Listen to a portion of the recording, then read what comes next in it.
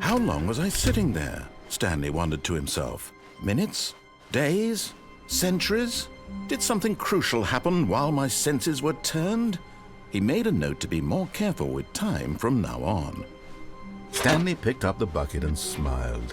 He'd never be alone again, not truly alone, not with the bucket around.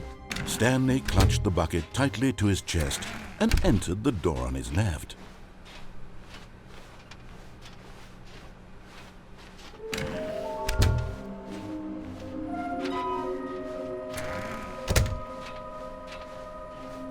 Coming to a staircase, Stanley and the bucket walked upstairs to the boss's office. But Stanley just couldn't do it. He considered the possibility of facing his boss, admitting he had left his post during work hours. He might be fired for that. And in such a competitive economy, why had he taken that risk? All because he believed everyone had vanished? His boss would think he was crazy. And then something occurred to Stanley. Maybe, he thought to himself, maybe I am crazy. He looked down at the bucket in his arms. Am I crazy? He asked the bucket. The bucket returned his gaze, but said nothing at all. That's strange, Stanley thought. Usually the bucket is a source of guidance and wisdom for me in difficult times such as these. He held the bucket close, yet felt none of its familiar reassurance and comfort. And that's when Stanley realized, this isn't my bucket.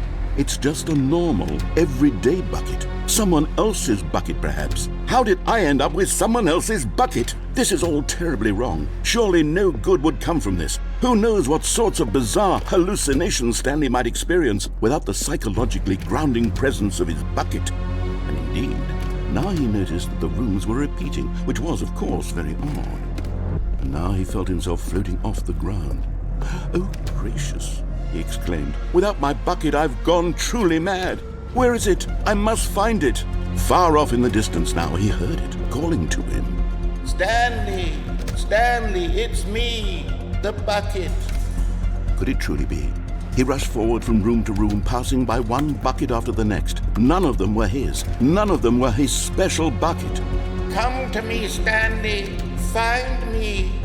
He had to find the bucket. He had to return to his old friend. It was the only way to truly restore his sanity. And then suddenly, he froze dead in his tracks. He knew where the voice of the bucket had been coming from. The real bucket was inside of him all along. It was incredibly painful. Stanley doubled over in agony and blacked out.